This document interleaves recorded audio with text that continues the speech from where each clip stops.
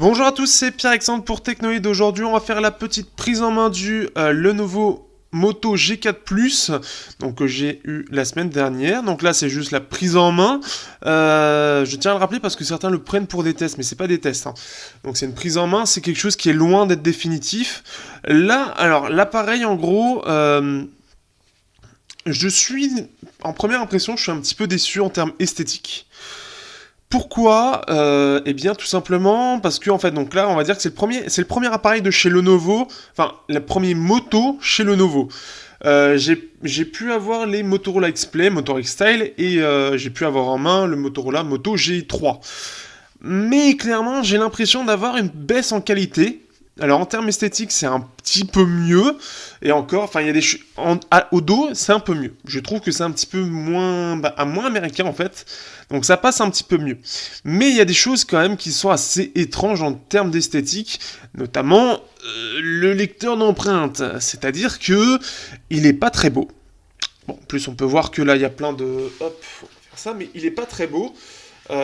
Parce que c'est tout simplement une esthétique, c'est le même que ce qu'il y a sur le Moto Z en termes de design, mais c'est vraiment pas beau. Je ne comprends pas un design si spécifique, surtout qu'il est tout petit, donc quand on le met pour le déverrouiller, c'est pas beau, c'est pas agréable, c'est particulier, c'est très particulier.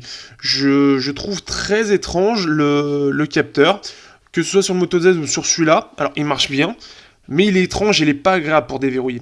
Il est d'autant plus étrange qu'en plus de ça, on se dit qu'il pourrait être utile à quelque chose, et il est utile uniquement pour le déverrouillage. C'est un petit peu dommage, donc il est complètement sous-exploité. Le Lenovo aurait pu faire un petit truc un peu supplémentaire, un petit plus. Ce qui est dérangeant en plus, c'est qu'on a les touches ici, mais comme on a le lecteur d'empreinte qui est juste en dessous, on a l'impression qu'on va pouvoir utiliser les touches du bas. C'est un peu particulier, mais c'est dommage, il n'y a aucune valeur ajoutée. Ce qui est étrange, enfin ce qui est dommage, c'est qu'au niveau de l'ajustement, alors je sais pas si ça se voit, je sais pas si ça se voyait à l'unboxing, mais on peut apercevoir un jeu où on va voir en fait la nappe qui permet de connecter à la carte mère le lecteur d'empreinte. C'est un peu particulier et je m'y attendais pas du tout sur la gamme moto puisqu'ils étaient d'habitude bien conçus, bien ajustés, enfin c'était de qualité, c'était un peu grossier en soi, mais c'était de qualité, c'était bien ajusté. Et là-dessus on a plusieurs choses. On a aussi le micro, alors le micro il est juste là en fait. On se dit mais qu'est-ce que c'est que ce truc? Mais c'est le micro. Pourquoi un micro à cet endroit-là? Je veux dire, c'est ni esthétique, ni réellement utile. Il y a toujours eu les micros qui ont été ici parce que c'est plus discret. Donc je ne comprends pas pourquoi ils l'ont mis là. C'est un peu particulier. On a la disparition aussi du haut-parleur en bas, justement au profit du lecteur d'empreinte, mais il est plutôt pas mal. Je vais faire un petit test. Il est plutôt pas mal. Il est renfoncé, par contre, ce qui est un petit peu dommage, puisque ça aurait pu être ressortir avec ça pour mieux protéger l'écran. Ça aurait pu être quelque chose de sympa d'avoir quelque chose qui ressorte comme le X Play. Ça aurait fait quelque chose, voilà, vraiment qui peut protéger avec ça un petit peu l'écran, par exemple lors des chocs ou ce genre de choses. On va mettre un petit peu de métal. On va mettre.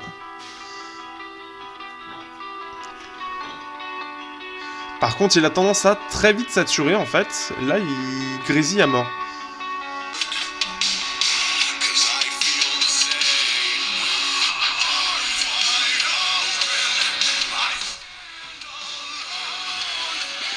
Bon, sur du métal, c'est un petit peu moyen, ça grésille, mais il est il est à peu près puissant. Ce qui est plutôt bien, c'est qu'il a double usage, à la fois pour les appels et à la fois pour justement le haut-parleur.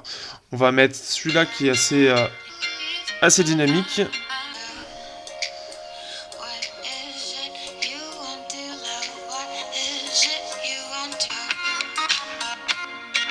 Les basses s'entendent, c'est à peu près neutre, donc c'est quand même pas mal, c'est assez correct, faut le dire. C'est pas le design auquel j'aurais pensé, mais c'est correct. Au niveau du design, on reste sur du moto avec ce côté central à bien ajuster.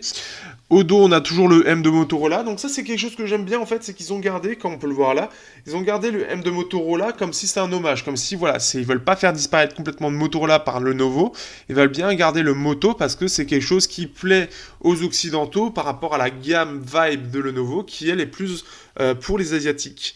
Donc ce qui fait que voilà, ils veulent garder ce côté Motorola. Donc ils ont toujours ici le M de Motorola, ici on a l'ensemble qui est un petit peu mieux pensé, je dirais, que pour le X-Play X-Style, et c'est un peu plus joli. On a le deuxième micro qui est là aussi, donc c'est pas beau, c'est-à-dire qu'on a tout ça, puis on a un point ici, qui est le deuxième micro, alors que pareil, d'habitude, c'est mis sur la tranche, surtout que le dos, ça se voit plus que la tranche, donc c'est un petit peu étrange. Donc ce qui fait qu'esthétiquement, je le trouve pas très réussi. C'est pas super bien foutu et je suis un petit peu déçu de ce point de vue-là. Là-dessus, ouais, c'est à peu près, c'est quand même, voilà, c'est une déception pour moi. Surtout entre les mauvais ajustements, le design, voilà, il y a même ça en fait. Surtout, c'est que bah, en fait, la coque est pas très bien ajustée par rapport à la forme en fait de la tranche. On sent que, je sais pas, ça a été mal pensé. C'est assez étrange. Je n'explique pas, surtout que c'est en haut et en bas. Sur les côtés, c'est à peu près bien foutu. Mais alors, en haut et en bas, je ne sais pas pourquoi, mais ils ont décidé que non, ce serait pas. C'est un peu disgracieux, c'est pas de la hauteur de ce que de ce qui était fait avec le Moto G3 et le Moto X-Play. Donc je suis un petit peu étonné, je suis un peu déçu sur ce point. Au niveau de la ROM, bon alors sur la ROM, il n'y a pas grand chose à dire, c'est toujours du Motorola, donc du Android pur avec deux trois petites choses de chez Motorola. Donc tout simple, hein, les mouvements, les notifications, voilà, c'est du tout simple. Ce qui est dommage, c'est qu'on n'a toujours pas d'AMOLED pour justement l'AC Display, qui est quand même assez sympathique, qu'ils ont disparu, alors qu'ils étaient là sur les... Hop, hop, ouais, c'est comme ça. Voilà. Donc ça c'est bien, mais c'est fait pour du AMOLED, c'est pas fait pour de l'IPS. Donc je ne comprends pas pourquoi ils gardent de l'IPS alors que c'est pas fait pour. Et je comprends pas. Donc ça c'est quelque chose, bon c'est un détail, mais c'est toujours la même chose, ce sera toujours une critique que je ferai. C'est bien de mettre ça en avant, mais faut les écrans qui soient adaptés. Et l'écran adapté c'est du AMOLED, parce que à chaque fois qu'on reçoit une notification, l'écran va s'allumer. C'est un écran noir certes, mais c'est de l'IPS. Donc un écran noir on s'en fout, à la limite autant l'allumer complètement. Je trouve ça, en fait, la C-Display n'est plus utile puisque ce n'est pas de la MOLED. Donc c'est mal fait. Sachant qu'on n'a pas de LED de notification, donc c'est chiant. Enfin, c'est dommage. Je trouve que ça aurait pu être mieux. Au niveau de la ROM, en fait, ce qui se passe, que j'ai le même souci que ce qu'il y avait avec le X-Play, c'est-à-dire que c'est un Snapdragon 617. Donc c'est une amélioration par rapport au Snapdragon 615. Le problème, donc ça reste quand même meilleur, hein, ça reste quand même beaucoup plus utilisable, beaucoup moins chiant, mais on a quand même encore des soucis de fluidité. C'est beaucoup moins le cas qu'avec le X-Play, mais c'est encore le cas. Donc ça c'est assez dommage, ce qui fait que sur certaines transitions, donc par exemple ici, ça va se sentir plus ou moins, où on a l'impression qu'on va être en 30 fps. Donc ça c'est voilà, c'est un peu particulier, c'est un petit peu dommage. Pour moi, je ne dis pas que c'est la faute de Motorola, mais je dis que c'est la faute de Qualcomm parce que le Snapdragon 617, c'est une révision du 616 qui elle-même est une révision du 615. C'est-à-dire que c'est juste un ajustement, mais c'est exactement la même chose. Ils ont juste essayé d'améliorer, je sais pas si c'est le kernel ou je sais pas si c'est des ajustements sur leur puce en fait, très légère, parce que c'est exactement la même configuration. Mais c'est un petit peu plus réactif, c'est assez réactif, parfois ça l'est moins, mais néanmoins c'est loin d'être parfait. Mais c'est quand même beaucoup mieux qu'avant. Ce qui fait que je prends pas énormément de plaisir à l'utiliser, sachant qu'à côté, bon, j'ai du Honor 8, j'ai du Alcatel avec un Snapdragon 652, j'ai le Apollo Lite qui sont certes beaucoup plus puissants, mais ils sont, je veux dire, il y en a qui sont beaucoup plus sympas à utiliser avec des processeurs un peu moins performants. Donc, ce qui fait que voilà, pour moi, c'est surtout le Snapdragon 617. Ceux-là, il faut vraiment qu'ils disparaissent. À voir avec le Snapdragon 625 du Moto Z Play qui est hors de prix, mais qui clairement sera normalement meilleur. Donc ce qui fait que voilà, c'est vraiment les petites choses que j'ai à reprocher au téléphone.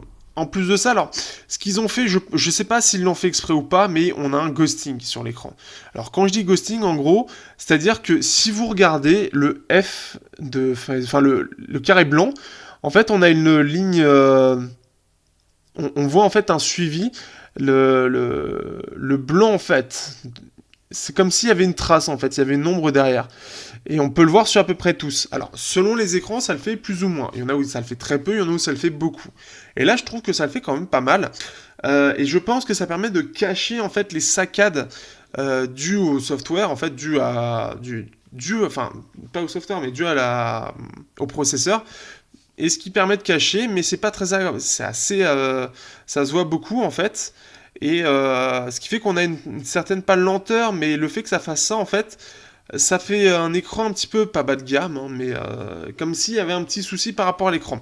Moi je pense que c'est fait exprès en tout cas pour justement cacher les petits problèmes de fluidité qui peuvent exister. Mais globalement après ça reste bon, hein, ça reste bien meilleur que l'X-Play, mais même que le Honor 5X par exemple, qui sont deux très mauvais téléphones là-dessus et qui m'ont grave saoulé tout simplement. Donc là, ce qui est bien, c'est que globalement, c'est quand même mieux géré. Les 2 Go de RAM aussi, apparemment, c'est un petit peu de mal. Là, en tout cas, ça va. C'est correct, hein, mais les 2 gigaoctets, parfois, on sent que c'est un peu limité quand on a des gros logiciels qui sont lancés. Ça reste beaucoup moins pourri que... Bon, ça reste toujours mieux que ce que nous faisait le 5X et ce que nous faisait le Honor 5C. Mais voilà, c'est limité. On sent que c'est limité. Je ne sais pas si c'est parce que les 2 Go de RAM aujourd'hui, ça commence vraiment à être limite.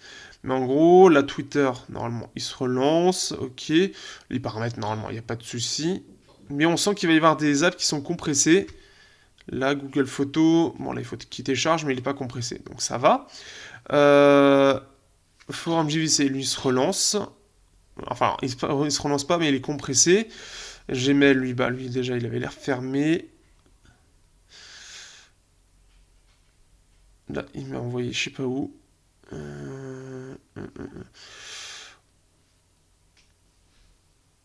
Alors là, il est en train de me faire un bug bizarre. Là, ça va. Bon, en tout cas, là l'autonomie, ça va. Parfois, ça peut être plus ou moins bien, en fait, selon les situations. En fait, c'est surtout en fait, à un certain moment, si vous laissez le smartphone trop longtemps allumé, au bout d'un moment, la RAM va commencer à avoir du mal à suivre. Donc, il faudra démarrer pour que la RAM arrive à un peu mieux suivre et se comporter comme là, où ça se comporte plutôt bien. Parce qu'il y a des fois où ça va être vraiment relou. Sur ce point de vue-là, en fait, si vous laissez trop longtemps le téléphone allumé, bah, la RAM va être de moins en moins performante et les applications qui vont rester seront de moins en moins bien. Dernière petite chose au niveau de l'autonomie, ça c'est comme le X-Play, là on voit donc Facebook qui se relance, donc ça c'est normal, il n'était pas lancé vu que je l'avais redémarré. Google Photos se relance, après c'est une grosse application. Messenger, lui se relance, alors que je l'avais utilisé tout à l'heure. Drive, ok. Paramètres, donc comme c'est un paramètre système, c'est bon. Donc après ça va, mais ça va être surtout selon les applications et selon après le temps en fait que le smartphone est allumé. Comme là il est allumé juste depuis ce matin, ça va. Mais c'est vraiment au bout de 3, 4, 5 jours où on va commencer à voir la RAM qui va galérer un petit peu. Donc là, ça va être plus de ce point de vue-là. Ensuite, d'ailleurs on va rallumer, bah là forcément YouTube, lui il est complètement refermé. Donc là en fait elle est compressée, c'est-à-dire que bah, il est obligé de la recharger. Et dernière chose, au niveau de l'autonomie, c'est plutôt pas mal. On est sur à peu près 7 heures, 7h30. Donc une autonomie très correcte. Hein. Là-dessus, les processeurs Qualcomm, les S615, 16, 17, ont toujours été très corrects. Alors ils ont été toujours mal gérés, mais l'autonomie a toujours été assez bonne. Et ce qui fait que voilà, on est sur une autonomie. Là, on est justement. Alors, aujourd'hui, je l'ai utilisé que en Wi-Fi. Avec. Hop. Le autonomie, hop, ici on voit on est à 3h46, je suis à 48%, donc avec des gros, forcément, des grosses applications, ce genre de choses. Donc ça c'est correct, hein, c'est vraiment correct là-dessus, donc ce qui fait qu'au niveau, l'ensemble est correct, mais ça fait cheap, quoi. C'est surtout ça en fait, c'est que pour 300 euros, enfin je regarde, hein, mais je pense qu'on peut trouver mieux. Là c'est un peu limite, je trouve, c'est assez osé. Alors certes on a le capteur d'empreinte, mais je trouve pas bien foutu. On a la charge rapide, mais ça, bah, ça se trouve un peu facilement. Mais à 300 euros, c'est peut-être un peu cher pour ce que c'est, je trouve. Parce que bah, c'est du tout plastique. Alors, moi j'aime bien le plastique globalement, mais un plastique qui en soi est bien ajusté, je préfère. Donc, un plastique qui n'est pas forcément bien ajusté. L'appareil photo est correct sans être non plus extraordinaire. L'haut-parleur, bah, j'étais quand même habitué à mieux avec le X-Play. L'écran est correct. Oui, il est correct, il est bon, il est plutôt bon, il est dans la moyenne sans forcément être extraordinaire. Surtout le ghosting qui va être chiant. Mais globalement, c'est peut-être un peu léger pour le prix. C'est pas mauvais, mais c'est un peu léger. Et vu la concurrence qu'il y a, ça va être un peu limité. C'est surtout ce qui fera la différence par rapport à la plupart des smartphones à ce prix-là, c'est surtout que l'autonomie, et alors le fait qu'on ait l'autonomie, le fait qu'on ait une ROM pure quasiment, et qu'on a normalement un suivi qui est très bon. Donc on devrait avoir ces 3 points qui sont vraiment corrects. Globalement, voilà, c'est assez propre hein, en termes photo et en termes jack, ça va être très correct aussi. Mais là, c'est assez étrange et par rapport à X-Play, limite, je pense que le X-Play il doit se trouver à peu près au même prix. Il faudrait que je regarde, tiens. Si on cherche le moteur à la Moto X-Play, je pense que on trouvera à peu près au même prix et je pense qu'il est un peu plus intéressant. En termes de qualité, globalement, on va le retrouver, voilà, on peut le trouver là carrément à 257 €. Et ce qui fait que j'ai un petit peu du mal là à vous le conseiller directement. J'ai pas été forcément très emballé. On va regarder sur les numériques, il y a un petit comparateur. Mais voilà, on peut le trouver à peu près au même prix. C'est discounté Amazon. Par exemple, si on va sur Amazon. Allez, hop, emmène-moi sur Amazon. Là, on voit les soucis du 617 qui a un petit peu du mal parfois à certains endroits. Donc pour moi, le Moto X-Play, ce sera plus intéressant que le Moto G4+. Il a un meilleur appareil photo, il a une plus grosse batterie, il est aussi sous 6.0, il a un Snapdragon 615, il est là depuis plus longtemps, donc en termes de communauté aussi, si vous aimez la bidouille, il sera présent. Et je trouve que qualitativement, il sera meilleur. C'est un petit peu plus bourrin en fait en termes au niveau du dos, parce qu'il n'est pas très beau, mais il sera globalement plus intéressant, je trouve. Alors après, vous perdez le capteur d'empreinte.